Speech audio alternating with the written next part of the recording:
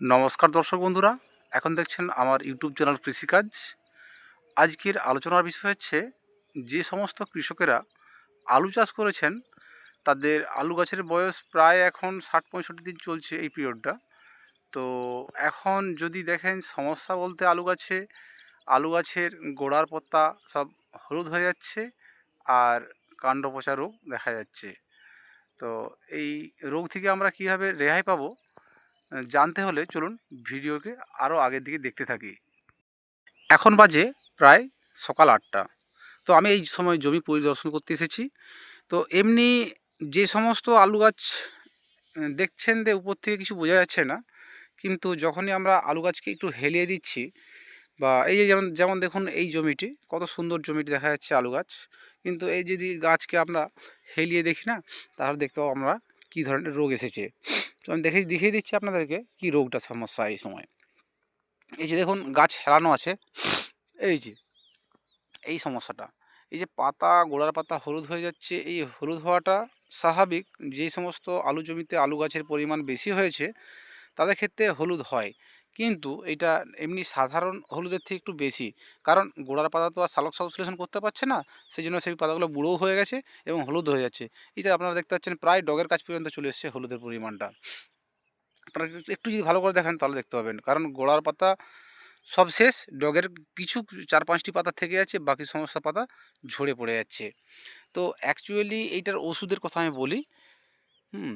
প্রকৃতপক্ষে যে এখন পর্যন্ত এই সমস্ত রোগের কোনো ওষুধ নেই, তবু আমরা এর প্রতিকার হিসাবে এগুলো ব্যবহার করলে কিছুটা সাময়িক কাজ হতে পারে। আপনাদেরকে যেই বলুক যে এই রোগের ওষুধ আছে, অ্যাকচুয়ালি কোনো সেরকম ওষুধ নেই। তাহলে এর সাথে আমরা কি ব্যবহার করলে এই সমস্ত রোগ থেকে আমরা কিছুটা রেহাই পেতে পারি? হয়তো 2-4 দিনের জন্য রেহাই পেতে পারি, আর হয়তো রোগটা বাড়বে না, কিন্তু পরে আবহাওয়া যদি এরকমই থাকে এই রোগকে আয়ত্তের বাইরে চলে যাবে। এটিকে আমি 2টি ভাগে ভাগ করছি, এর ওষুধ হিসেবে 2টি ভাগে ভাগ করছি আমি। এক, আপনাদেরকে প্রথমত গাছে যে সমস্ত জায়গায় অনেক ঘোল কেটে দিতে হবে যাতে আলো বাতাস চলাচল করতে পারে, আর তার সাথে আমাদেরকে জলসেচ ব্যবহার করাটা প্রায় এখন বন্ধ রাখতে হবে।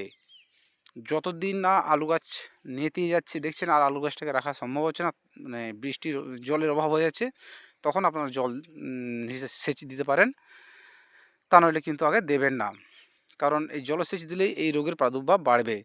আর তার সাথে আরেকটা কথা বলে দিই যে যদি আপনারা কেউ পিজিআর ব্যবহার করে থাকেন, কোনো ফাঙ্গিসাইডের সাথে কোনো পিজিআর এই মুহূর্তে ব্যবহার করা ঠিক না, কারণ এই সময় যদি আমরা কোনো পিজিআর ব্যবহার করি তাহলে এই রোগের প্রাদুর্ভাব অনেক বেড়ে যাবে, যা রোগের প্রাদুর্ভাব বেড়ে গেলে আর এটাকে আমাদের আয়ত্তর মধ্যে রাখা অসম্ভব হয়ে যাবে, তখন রোগটার ভয়াবহতাটা অনেক বেড়ে যাবে। তাই সেই জন্য আমি প্রথমে ওষুধ আপনাদেরকে রেকমেন্ড করব, কী ওষুধ দেবেন। ফাঙ্গিসাইড হিসেবে আপনারা এখন ব্যবহার করতে পারেন অ্যাজোস্ট্রোবিন 8.3% এবং ম্যানকোজেব 66.7%। এইটা যদি একটু ব্যবহার করে থাকেন তাহলে চলবে।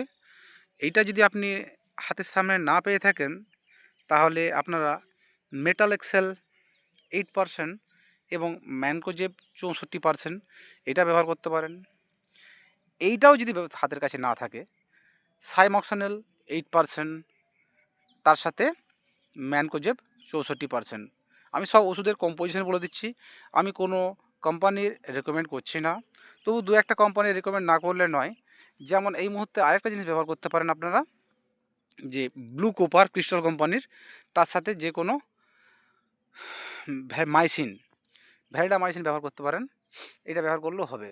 তো বলে দিই যে মেটাল এক্সেল এবং এই যে মেটাল এক্সেল 64%, সরি ম্যানকোজেব 64% আর মেটাল এক্সেল হচ্ছে 8%, এই ধরনের সমস্ত যে ওষুধগুলো বললাম তাদের প্রতি লিটার জলের সাথে আপনারা 3 গ্রাম করে ব্যবহার করবেন।